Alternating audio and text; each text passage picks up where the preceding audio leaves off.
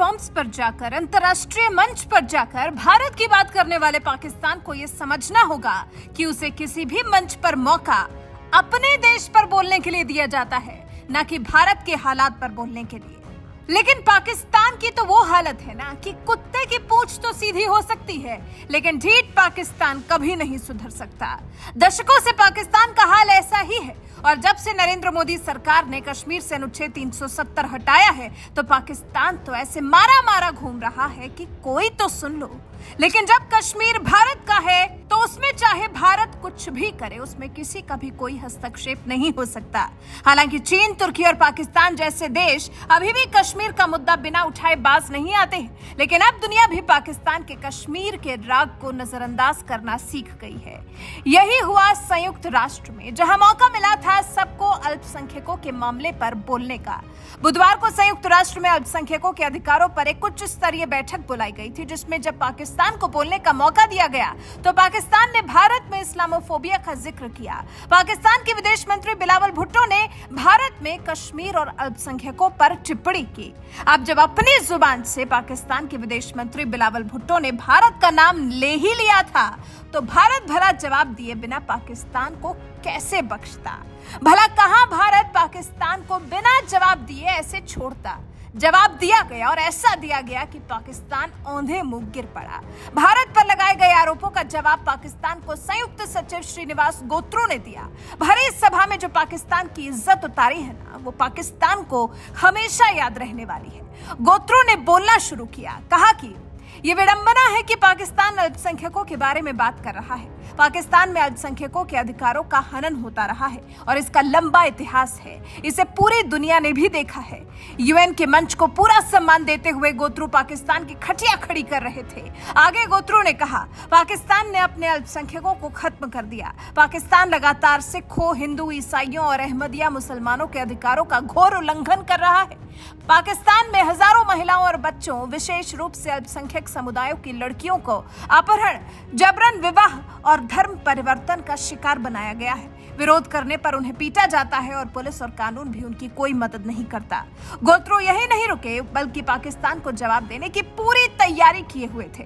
दुनिया के सामने पाकिस्तान का असली चेहरा उजागर करने के लिए गोत्रू बिल्कुल तैयार थे।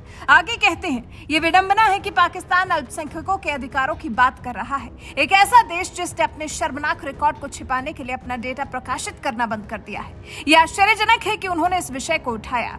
हम जानते हैं कि पाकिस्तान ने अपने अल्पसंख्यकों के साथ क्या किया है। इनमें से कुछ अल्पसंख्यक पाकिस्तान में विलुप्त हो गए हैं। आज भी पाकिस्तान अधिकारों का गंभीर उल्लंघन कर रहा है। गोत्रू की तरफ से ऐसा जवाब आने के बाद शायद पाकिस्तान के कान से खून निकलने लगा होगा। पाकिस्तान ने सोचा भी नहीं होगा कि उसके भारत पर लगाए गए एक आरोप का जवाब उसे संयुक्त राष्ट्र के सामने इस तरह जलालत सहकर सुनना होगा। लेकिन अब जब भारत को पाकिस्तान निशाने पर लेगा तो जवाब ऐसा ही मिलेगा। दरअसल पाकिस्तान के विदेश मंत्री बिलावल भुट्टो ने संयुक्त राष्ट्र के मंच का गलत इस्तेमाल करते हुए दावा किया था कि भारत एक हिंदू राज्य में बदल रहा है। आज इस तरह के इस्लामोफोबिया की सबसे बुरी अभिव्यक्तियों में से एक हिंदुत्व से प्रेरित भारत है। मुसलमानों के खिलाफ नफरत की विचारधारा से प्रेरित सत्तारूढ़ भाजपा आरएसएस शासन भारत की इस्लामी विरासत को खत्म करने और बदलने के लिए अपनी सदियों पुरानी योजना को क्रियान्वित कर रहा है।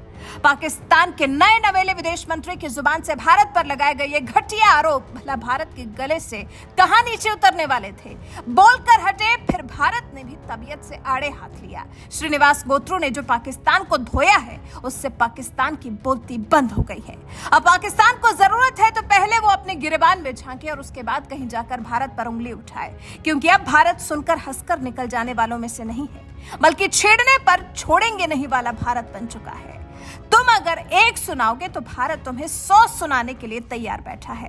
तो अब विदेश मंत्री बिलावल भुट्टो को कम से कम भारत से सोच समझकर ही टकराना होगा, नहीं तो अभी अभी नए नवेले विदेश मंत्री बने हैं, कहीं शुरू में ही अपनी छवि फजीहत करवाने वाले नेता की न बना ले। वैसे अच्छा ही हुआ, पाकिस्तान का फिर एक बार असली रंग रूप तो सबके सामने आ ही गया। वैसे संयुक्त सचिव गोत्रू के बयान से आप कितना संतुष्ट हैं? जिस तरह से गोत्रू ने पाकिस्तान को धोया है, उस पर आपका क्या कुछ कहना है? कमेंट कर हमें जरूर बताएं। President for organizing this high-level meeting to commemorate the 30th anniversary of the adoption of the Declaration on Rights of Persons Belonging to National, ethnic, religious, and linguistic minorities. Minorities live in every country and every region around the world, often being subjected to exclusion, exploitation, and discrimination.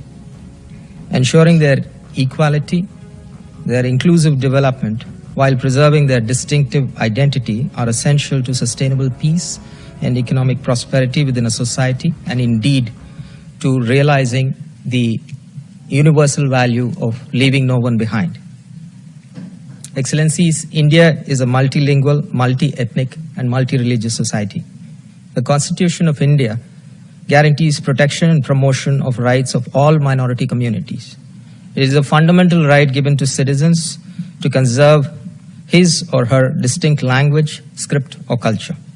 Every minority community in India has the right to establish and administer educational institutions of their choice and provide instruction to their children in their own mother tongue.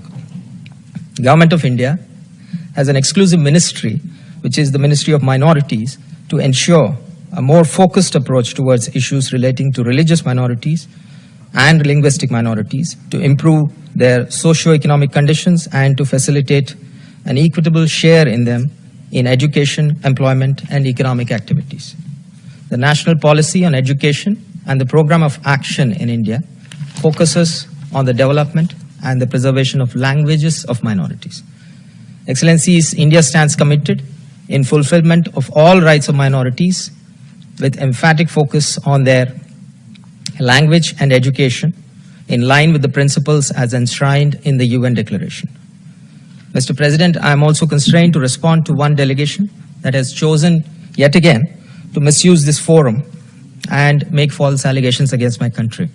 It is therefore important for me to set the record straight. It is ironic that Pakistan is speaking about the rights of minorities.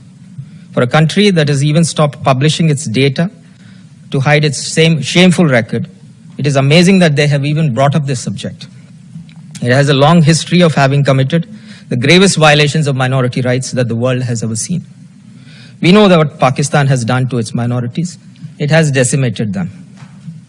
Some of these minorities have become extinct within Pakistan. Even today, Pakistan continues to commit grave violations of the rights of Sikhs, Hindus, Christians, and the Ahmadiyyas. Thousands of women and children, particularly girls from minorities communities, have been subjected to abductions, forced marriages, and conversions within Pakistan. The entire Union territories of Jammu and Kashmir and Ladakh were, are, and will always be an integral and inalienable part of India, irrespective of what the representative of Pakistan believes or covets. We call on Pakistan to stop cross-border terrorism so that our citizens can exercise their right to life and liberty. We hope that they will desist from attempts to abuse and politicize such meetings. I thank you, Mr. President.